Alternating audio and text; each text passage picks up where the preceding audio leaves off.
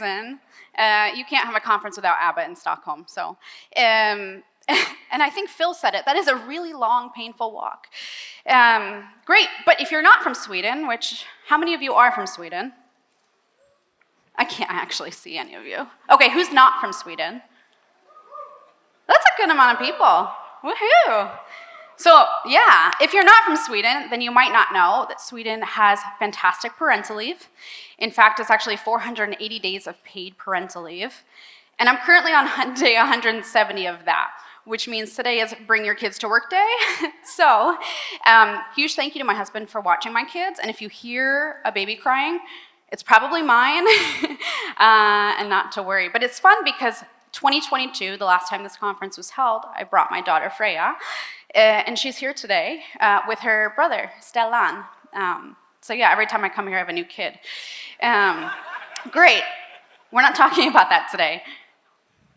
We're talking about engineering management. So I began a career as a professional software developer in 2015. And every day for the next 7 years, I asked myself, is software development right for me? Do I want to keep coding forever? You see, the truth is, I was never really passionate about coding. It was something I wasn't horrible at, and I could make good salary off of, but every day I questioned if I could do this for the rest of my life. I had some really great managers throughout my career, and also some not so great managers. But one thing is certain, I always knew I wanted to become an engineering manager myself. So in 2022, I made the switch, and I've enjoyed every second of it. But making the switch is not so straightforward for many. How are you supposed to know whether engineering management is the right role for you before you make that switch? So today we'll discuss the responsibilities of an engineering manager, some activities that you can use to build trust within your team, some important leadership and management concepts, and some signs that management might or might not be right for you.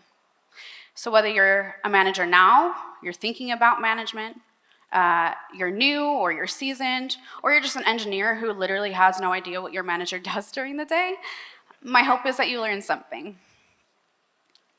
So first, what is engineering management? So it's not a promotion, it's a career change. You won't be fixing critical bugs anymore. You're not going to be contributing code to core features anymore. And unfortunately, you won't end up on Sweden's annual list of top earners. It's not a big pay increase either. And there are 4 pillars of engineering management we'll discuss today. The first is people development, things like promotions, compensation, goals, values. The second is team health and culture, how you build trust, manage technical debt, create psychological safety. Third, stakeholder management. How do you interact with the people or the groups that have an interest in your work? And fourth, technical strategy. How is your organization going to use technology to achieve business goals? A big part of engineering management is learning how to communicate effectively. It's going to show up in all 4 pillars of management. And the single biggest problem in communication is the illusion that it has taken place. When you communicate is just as important as how you communicate. Everything you do has an impact on someone. In carpentry, there's a proverb, you measure twice, cut once. You can't uncut some wood, so you want to make sure it's correct before doing so. So it's really important that you practice your communication skills as a manager. Don't communicate when you want to, you communicate when you need to. So your first job as a new manager should be to build trust with your team members. In order to build trust, you'll want to learn about their history. How did they get here today? Their motivations. What keeps them coming back to work each day? And their values. What's important to them as a human being? Maybe you're wondering, why do we need to invest so much time to learn about our team members? Might be a little bit invasive and time-consuming. With management, trust is your currency. So where someone has come from, what motivates them, and what they value all impact how they show up to work each day. We can think of trust between you and your team member as a bank account. By devoting time to learning about one another, you're making deposits into that bank account. And when you need a favor or you forget to follow through on a commitment, you're going to withdraw money from that account. So you need to make sure you have enough trust built up to sustain your working relationship when things go wrong. There are a few activities that you as a manager can run in your one-on-ones to learn about these different areas. The first is called a career map. So both myself as the manager and the team member, we map out significant milestones in our career journey, whether that's changing companies, getting a promotion. And once we have these written down, we're going to place them along the y-axis to represent how motivated we were during each point in our career. Now, this activity has two great outcomes. It allows both of us to learn how each of us came to be there today. And it allows me, as their manager, to see what types of roles were most and least motivating for them. And from there, we can maybe discuss why it had that impact in their career. So maybe they realize they're highly demotivated when they work across significant time zones. So we should focus them in their geographic location. The second activity you can run is called moving motivators.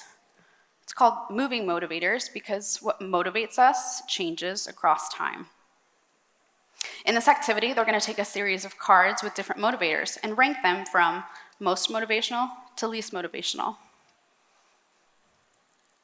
And there are 4 types of motivators: intrinsic, extrinsic, social, and lifestyle. So intrinsic motivators are fulfillment-driven. So purpose, my work is connected to a wider mission. Achievement, they're able to complete tasks and reach their goals. They have the chance to build new skills. They have control over how they get their work done. They have interesting problems to solve. Creativity, they have the ability to innovate. And recognition, their contributions are appreciated. Extrinsic motivators are reward-driven. These are things like compensation, where they earn a sufficient salary or equity or bonus. Job security, how stable do they feel in their role? Do they have opportunities for advancement? Do they have a comfortable, safe place to work? And do they have a title that gives them credibility and influence? Social motivators are interaction-driven. Do you feel included in the team? Do you value influence, that you can guide, mentor, or influence decisions? How about working with others? Is collaboration something that motivates you? And impact, having or completing work that helps the community or your colleagues. And last are lifestyle motivators. These are balance-driven. So having a flexible work schedule that accommodates for life. And choosing when and where you work. So understanding motivation is imperative as a manager to increase team member satisfaction and retention. The third activity is not one I created, but it came out of a book called Dare to Lead by Brené Brown, which is a fantastic book if you're looking into leadership. So in this activity, the team member will pick their top 5 values that they have as a human being, and we discuss how they show up in their workday. So for example, I value family, and if someone values family, we want a job that supports our flexible working hours if I need to take sick leave or VAB with my children or attend a school event. And if someone values perseverance, for example, they're probably going to be a bit annoyed if they're working with a colleague who gets stuck and gives up really easily. And then, of course, there are the logistics questions, right? What are your short and long-term career ambitions? Is there anything in your personal life regarding how you like ways of working that you're comfortable sharing? So for me, I need to leave work at 4 o'clock to go pick my daughter up from Förskola. How do you like to be managed? Do you like a manager who's involved in the day-to-day development? Or do you want one who's more hands-off that you can approach when you need help? And think back to the most effective and least effective managers you've had. What made them memorable? So once you've laid the groundwork for your professional relationship and start to build trust, then you'll fall into a regular one-on-one cadence. Now, these meetings are for your team member. They're not for you. Your team member should be doing the majority of the talking. So you should ask more questions and listen intentionally, not listen to respond. So you might ask, how's your week been going? Is there anything you need my support with? Or tell me about how this collaboration went. And just some other topics of conversation. If you kind of run out of ideas, you can talk about architecture deep dives, maybe an interesting article that you've read, the direction of the company, and also as the manager, you can share what you're working on. It's really great for your team members to be aware of that. And lastly, other people development tasks. Performance reviews. So how are they performing against the metrics for their role? If they have any absences coming up, vacations, sick leaves, parental leaves, and understanding if and how it affects the team. And compensation review. That kind of uses their performance and their position and their current salary band to decide how much, if any, increase they should receive. So if you have an engineer who's meeting expectations, who's already high up in their salary band, they might not receive a pay raise. But if you have an engineer exceeding expectations, who's lower in their band, they should receive an increase, right? So people management is one of the most important responsibilities that you have as a manager. But how these individuals all come together into a cohesive team is arguably just as important. As a manager, it's your responsibility to ensure you have a cohesive team where people can come from all over the world to perform to the best of their abilities. Team health is the overall state of the team's functioning and well-being, both in performance and relationships. So how effectively are they working together right now? One great way to do that, to evaluate your team's health, is with this thing called a health check. We run these every 3 to 6 months, and we run them anonymously, so folks can really tell us how they're feeling without fear of, I don't know, is retribution the right word? Like, they don't want to upset me, right? So I asked them to rate their view on the different health areas of the team, including psychological safety. Do they feel safe bringing their whole self to work? Do they trust their team members to get their jobs done? Do you understand our team mission and how it fits into the organization? Do you feel that you're learning and growing? Are we delivering at a good pace? Are you happy with how we track and manage our technical debt? Do we have good collaboration? Do you find value in the feedback that you're receiving? Do you feel engaged in our work? And are we able to continuously challenge and improve our ways of working? Team culture are the shared values, norms, and behaviors that guide how the team interacts and makes decisions. So indicators of these include your core values, like innovation or transparency, attitudes towards risk, learning, and feedback, the rituals that you have, be it with retros or meetings, and inclusivity and diversity practices. So team culture can be improved by defining a team ways of working. You'll want to outline your team's purpose and goals. So why does your team exist, and what does success look like for us? What roles and responsibilities are there on the team? How do we want to communicate? Do we use Slack, email, meetings? What's the response time expectation? And how do we give and receive feedback? How are decisions made? Is it with consensus, majority? Is someone in authority making the decision? And how do we escalate this if we can't reach an alignment? What are the cadence and purpose of our meetings?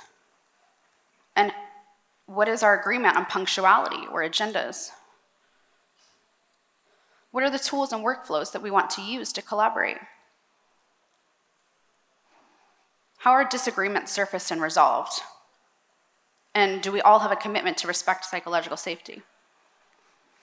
And what are the norms around working hours, availability, and flexibility? And what boundaries do we put in place to protect that? So as a manager, it's your job to ensure the health and culture of your team. So we've covered the first half of engineering management, which is the focus on individuals and the success of your team. Now we're going to shift into the management and delivery of the work.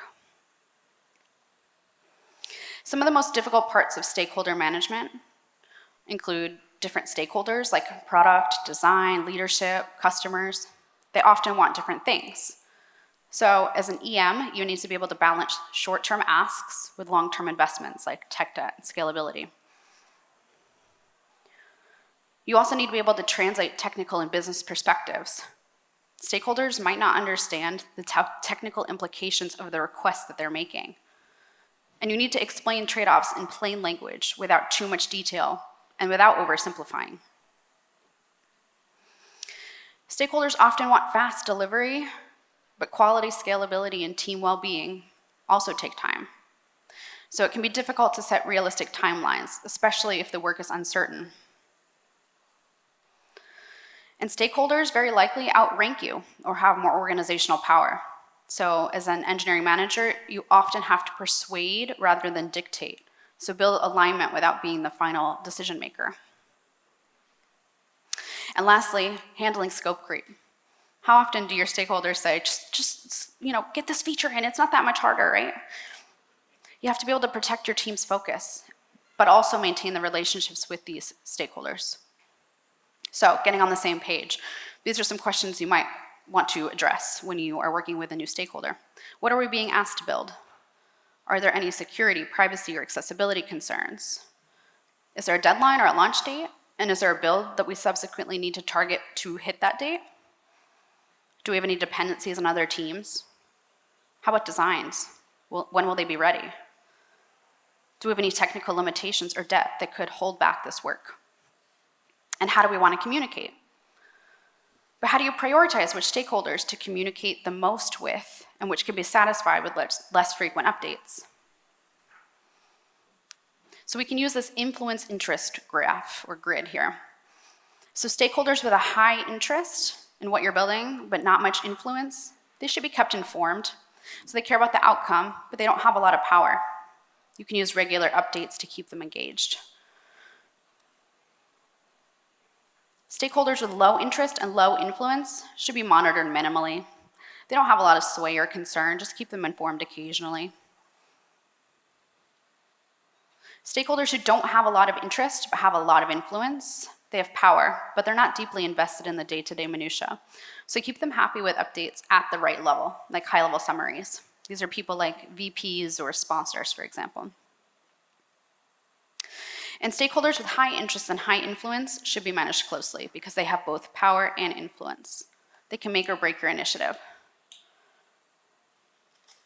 So the last pillar of engineering management is tech strategy. This is a document that outlines how your organization will use technology to achieve the business goals. These are critical because they're going to provide the gap between business goals and engineering execution. And without them, your engineers, they risk working reactively, accumulating debt and missing long-term opportunities. So for example, one of your challenges might be that you have a disorganized and inconsistent UI. So buttons have different heights and widths and different pages and color values are all over the place and there's no typography ratio and it's not an uncommon problem, unfortunately. But your guiding principle might be build a cohesive UI. We aspire to have a cohesive user interface by eliminating inconsistencies in our branding and components. And a coherent action for this might be design and build a design system that unifies our brand identity and provides a set of reusable components. Now, there are challenging parts within technical strategy because you need to balance short-term and long-term needs. So it's not uncommon for product teams to push for a fast delivery, while engineering teams want to push for sustainability and quality. And a strategy has to honor both. You can't solve every technical problem, so you have to choose which initiatives actually make it into the strategy, and that can be a political and technical challenge. And you also need to be able to translate business goals into technical direction. Business leaders often speak in terms of growth and revenue and marketing expansions, and turning those into concrete technical priorities is tricky. Because if it's too abstract, the engineers are not going to know what to do. And if it's too detailed, you lose flexibility. And lastly, communicating at multiple levels. So the strategy has to be high level and inspiring for the executives, but actionable and concrete for your engineers. Tech strategies are important because they're going to give engineering a North Star, helping them make decisions and manage trade-offs. So now we discussed the 4 pillars of management. We're going to quickly transition into discussing team composition. Becoming a manager of a high-performing team, it's a lot different than becoming a manager of a low-performing team. Managing seniors can be different from managing juniors. And managing a new team that you've helped to build is different than taking on an existing team. So regardless of whether you take on high or low-performing team, the first job that you have is to come in and observe. You shouldn't generally come in and start making changes, right? So examine what's working well and what's not. High-performing teams need a manager to come in and support their existing systems.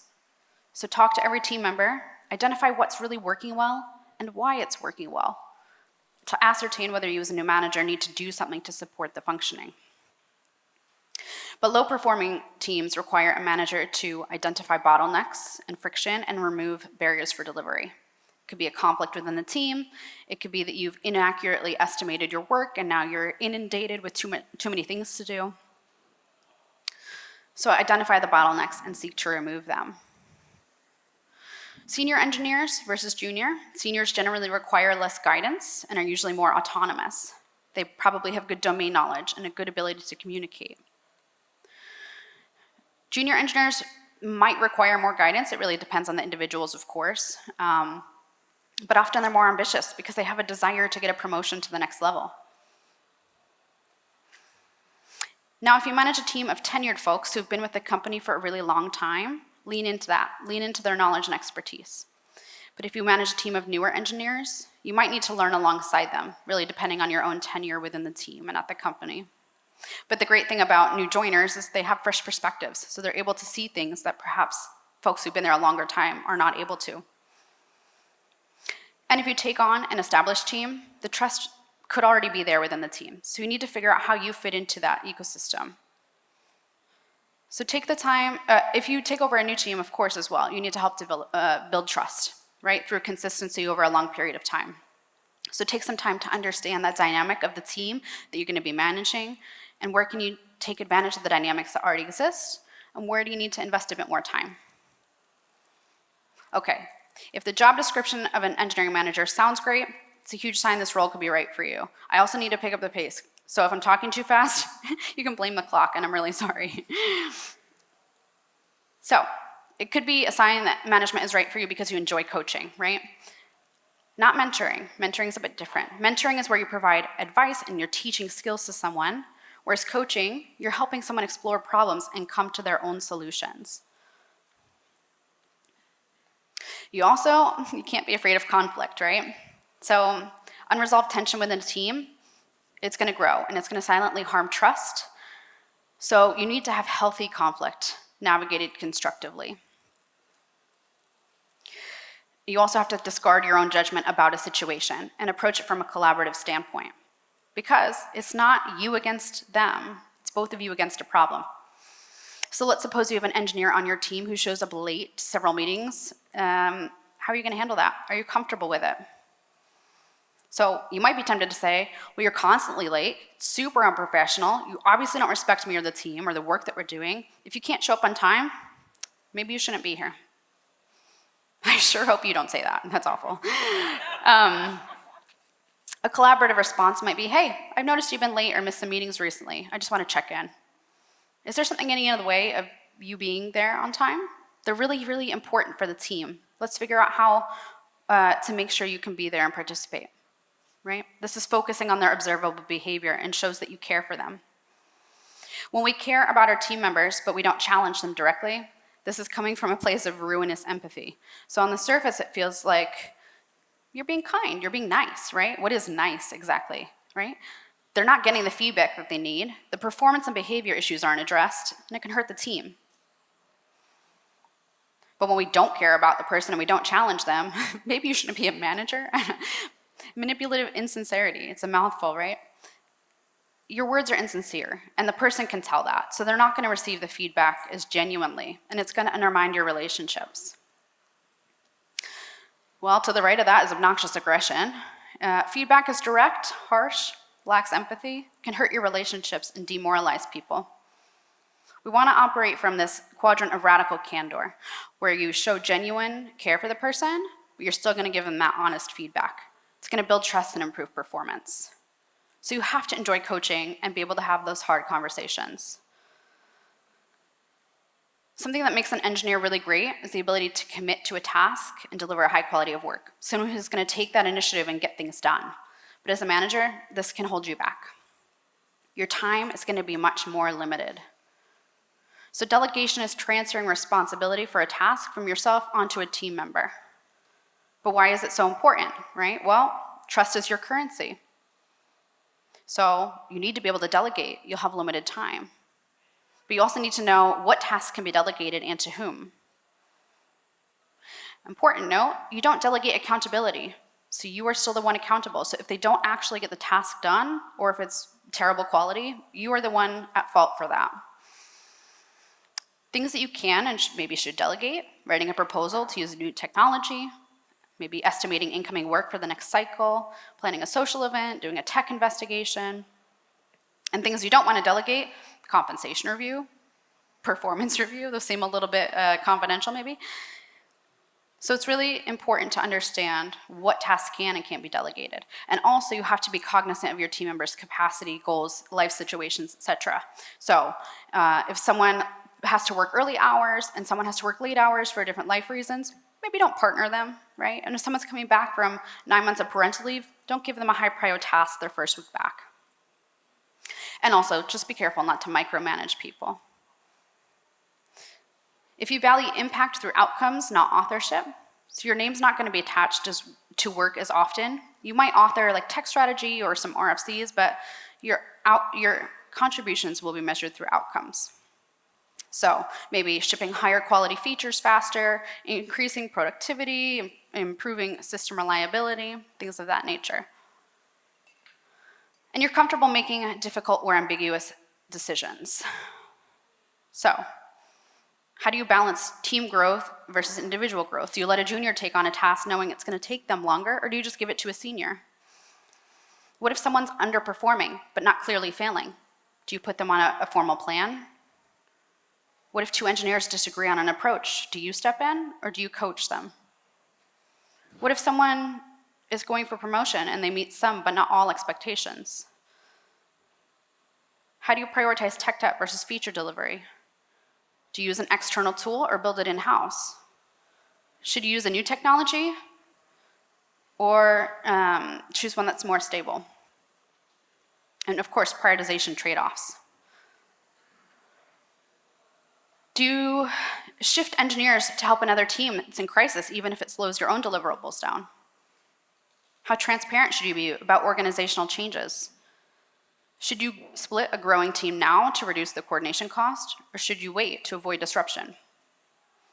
And do you hire a strong generalist or a specialist? Or do you hire a junior engineer or a strong senior? The most important thing is you have to be able to justify your decision and communicate it to stakeholders. Okay, I have 1 minute and 50 seconds left, so we're going to get through this. Signs that management, my time management, okay? I manage engineers, not time, very well, apparently. So signs that might not be right for you at this point in time, or maybe ever. If you value recognition through direct technical output, you're not going to be able to deliver code very frequently, and if you do, it's not going to be to critical roadmap items. So you have to be able to let go of that. And it's actually the biggest reason I think people leave management, engineering management, or they just avoid it altogether because they enjoy coding. If you enjoy working in flow state, which I think we all do to some extent, this might not be the right role for you. You're going to have a lot of time spent in meetings and context switching. We talked about conflict, right? You have to be comfortable addressing it. And if you're not ready to let go of how things are being built, it might not be the right role for you right now. A couple trade-offs to keep in mind. You will gain influence and leverage in your organization. You'll have a wider perspective on the company mission, and you'll have the opportunity to shape people's careers. But you'll also have less or no time to code. You'll have slower feedback loops. And the hardest part for me is that you're part of leadership, but often as a first-line manager, you're some of the last people to find out about the big changes taking place in the organization. So only you can truly know whether you'd thrive as an engineering manager. And the harsh reality is it's not for everyone. because it's a different set of responsibilities and requires a different set of skills. And for many people, being in charge of human beings and technical delivery, it's not something that they would enjoy, and that's okay.